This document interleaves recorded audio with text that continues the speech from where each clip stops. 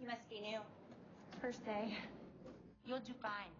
All you gotta know is Sue in marketing isn't a natural blonde. But her mustaches. Robert will never make AP because of that office party incident. If you're hungry, you can always eat someone else's lunch from the fridge, and old man Perkins is cooking the books. Good morning, Mr. Perkins. Oh, I see you've already met my daughter. Sorry, I didn't catch your name. Need a moment? Chew it over with Twix. Lew, is the proper response to a faux pas food? Well, you're speaking to the expert.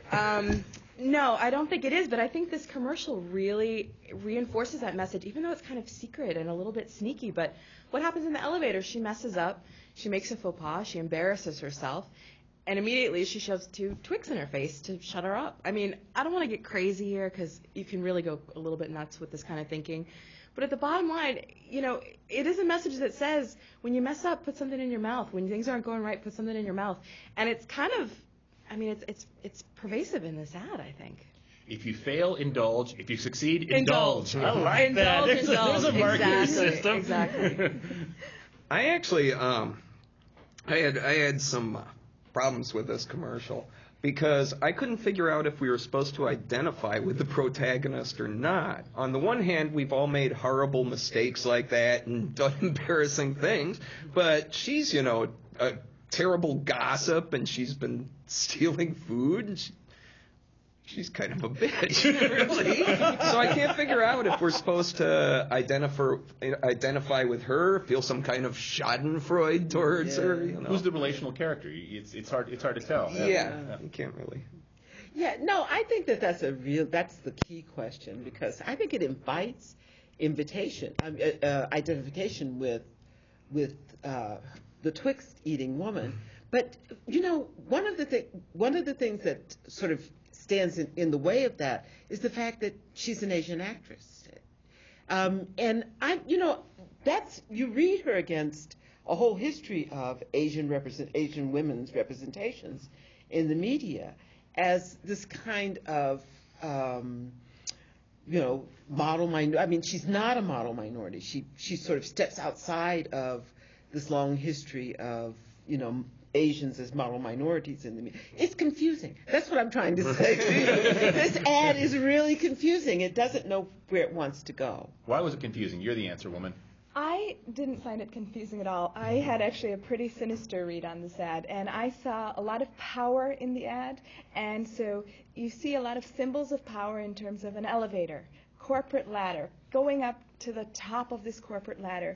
And the subtext I saw was that you have this Asian woman who says, hey, I know the ropes around here. I know how this company works.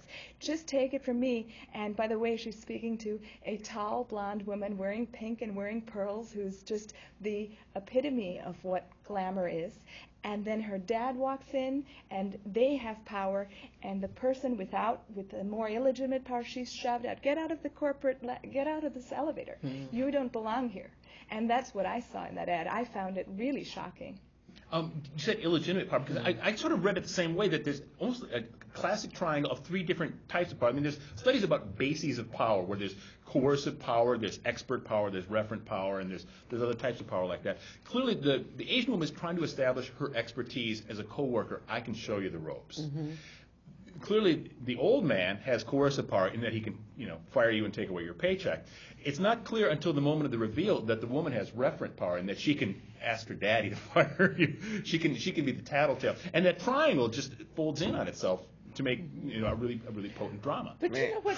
She's not the boss's daughter is not an attractive character, and I don't think you identify with her. And I'm not quite sure why I think she's not. I think she's a model of a paragon of tradition, a traditional beauty. The pearls? The pearls, yeah. The pink, the whole kind of works of classic. Nepotism. There's a long history of nepotism, isn't there? There is, and for that reason you don't identify. You would not identify with her.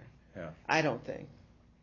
I don't think you identified with anyone. It kind of reminded me of a Seinfeld episode, and sort of they were going for that thing where everybody's so unlikable that you sort of can take a power position on the outside and say, I don't like any of them, I'm better than them, kind of a little bit. And so then I'll eat Twix. That's sort of where I think it gets confusing again. But I think the Schadenfreude emotion is exactly what you're supposed to feel with respect to the model minority. So people talk, psychologists talk about racism, and they say it's very complicated. There's certain kinds of races where you say, hey, we think they're smart, but we don't really like them. They're not nice people. They're the kind of people who steal food from the fridge. And we get vicarious pleasure at seeing them fall down. They got uppity. Push them down, kick them out of the elevator.